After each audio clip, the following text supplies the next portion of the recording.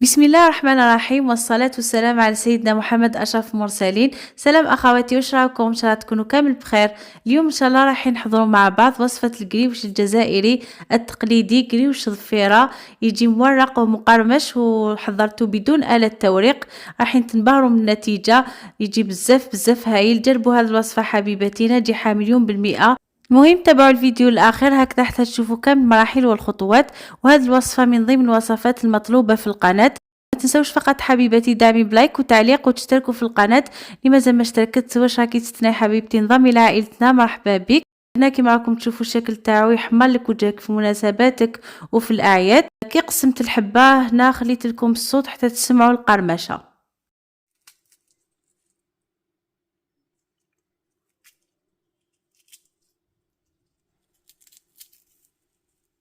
ننتقل لطريقة التحضير والمقادير. بسم الله على بركة الله. هنا كيلت 4 كيلات من الفرينة، كيلت بهذا البول على حسب الكمية اللي حبيتو تحضروها. انا بهذه الكمية تقدروا تحصلوا على حتى 70 حبة من القريوش. في هذه الوصفة استخدمت سمن المكتوب اللي خالي من الكوليسترول. هايل هايل بزاف هذا السمن. فرحت بزاف كي اكتشفتو، لانه يعني راح نعتمدو في كامل وصفاتي. سمن وعليه الكلام، سمن فيه بنة زمان ورائحة السمن الأصلي. جربوه وإذا لقيتوه يعني ما تردوش تشروه وتستخدموه في وصفاتكم. حتى الحلواجيات يعني سمن رائع 100%، راحش يعني تندموا عليه. هنا بعد ما حطيت 4 كيلات فرينة، عندي هنايا ذوبت السمن، كانت خصتني شويه كميه، زدت ضفت حتى نزيد نذوب حتى نعمر كيلة سمن بنفس الكيل اللي كيلنا به الفرينة بطبيعة الحال. هنا السمن لازم يكون بارد، يعني نخلوه يبرد ما نديروش ساخن.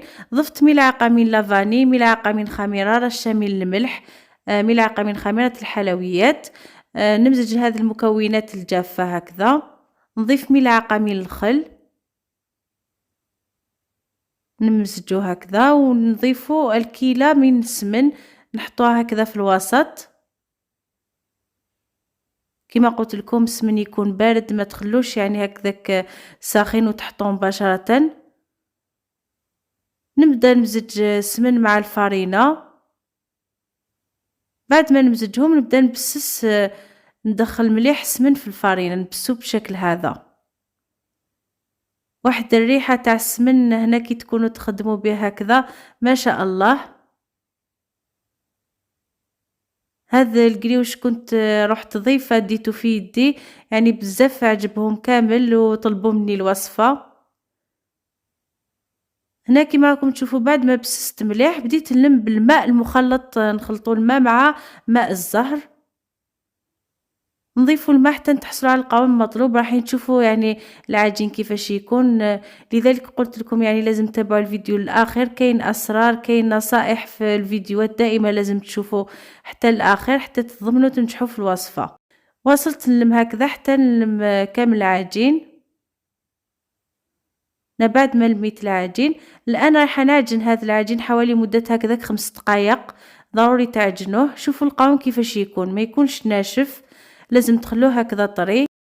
اللي عندها العجانة تحطو في العجانة تخليه يتعجن مدة 5 دقائق هكذاك يكون تعجن مليح. بعد ما عجنتو راح نقسمه الى 3 كريات هكذا، نغطيه نخليه العجين يرتاح مدة حوالي ساعتين على الاقل.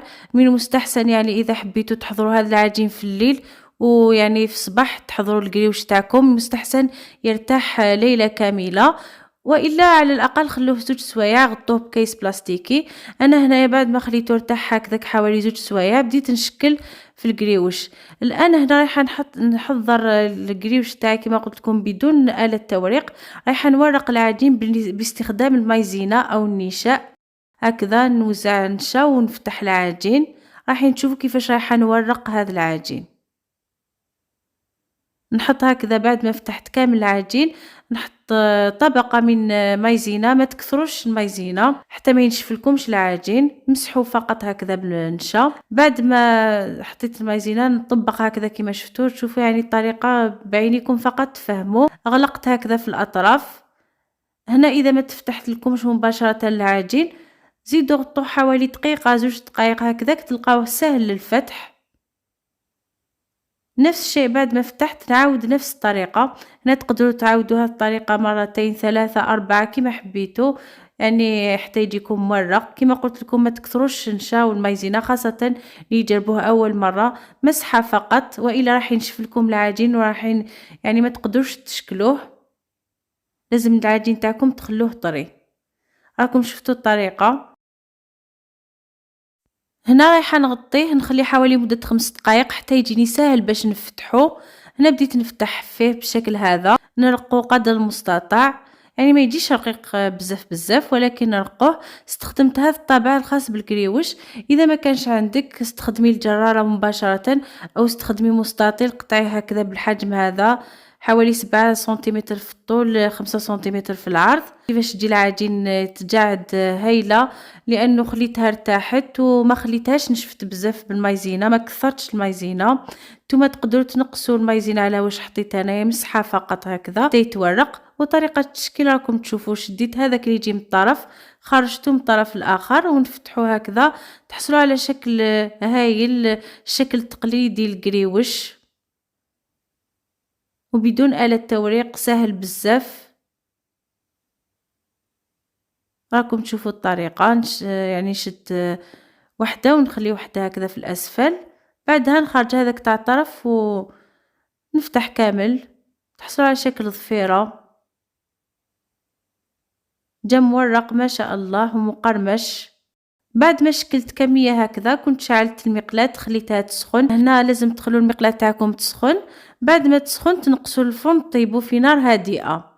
نحطوا القريوش تاعنا ونفرغوا عليه الزيت حتى يتنفخ ويتورق. بعد ما يطيب شويه من الاسفل نقلبوه نزيدو نفرغوا عليه الزيت، نخلوه ياخذ تحميره، ما تخلوش حتى يحمر بزاف والا راح يتحرق لكم. مع العسيله يجي اللون تاعو ما شاء الله، يعني هو يكون شويه هكذاك ذهبي، مع العسيله يزيد يتغمق شويه في اللون يجي سوا. هنا كيما راكم تشوفوا زدت حطيت كميه نطيب هكذا مباشره، لذلك مستحسن تشكلوا بزاف كميه مليحه وطيبوها على خطره. انا هنا كنت طيبت وهذاك اللي فضل كامل خليته يرتاح. يعني تقدروا تزيدوا طيبوه غدو من ذاك، يعني مش ضروري طيبوه كامل على خطره. واصلت طيبته كامل بنفس الطريقه. الان بعد ما برد لي القريوش شديت تاع السيله، ضفت لها شويه تاع الماء الزهر، خليتها تفات فوق النار ونبدا نعسل في القريوش. نحطوه هكذا نخليه حوالي مده 5 دقائق اذا قدرتوا، يعني تخلوه شويه في العسيله نخليه يقطر. بعد ما يقطر كامل نعاود نحطلو من فوق العسيله كتعسيله ثانيه. والقريوش ايضا تقدروا تطيبوه تخلوه تعسلوه يوم قبل الاستعمال، يعني مش ضروري تعسلوه كامل على خطره. كما شفتوا حطيت العسل كامل من الفوق كتعسيله ثانيه. هنا بديت نحطوها هكذا في الكيسات. كنت ديته معايا قلت لكم راح تضيفه. حمر لي وجهي يعني وعجبهم، شربنا به قهوه حليب جا ما شاء الله. ضفت الجلجلان اللي كنت حمسته من الفوق كالتزيين. وهذا القريوش حضرته بدون بيض كما شفتوا، تحصلوا على نتيجة مرضية بزاف. هكذا تحصلنا على هذا طبق شهي من حلوى جزائرية معسلة تقليدية. رائعة جدا هذه الوصفة، يجي منبل ومقرمش ومورق. اتمنى حبيباتي يكون نال اعجابكم الفيديو تاع اليوم. اذا عجبكم ما تنسوش ديروا لايك الفيديو هكذا حتى نشجع نقدم لكم دائما جديد الوصفات. وصلنا لاخر الفيديو، هكذا نقول لكم دمتم في رعاية الله، احبكم في الله، والى اللقاء في وصفات وفيديوهات اخرى ان شاء الله.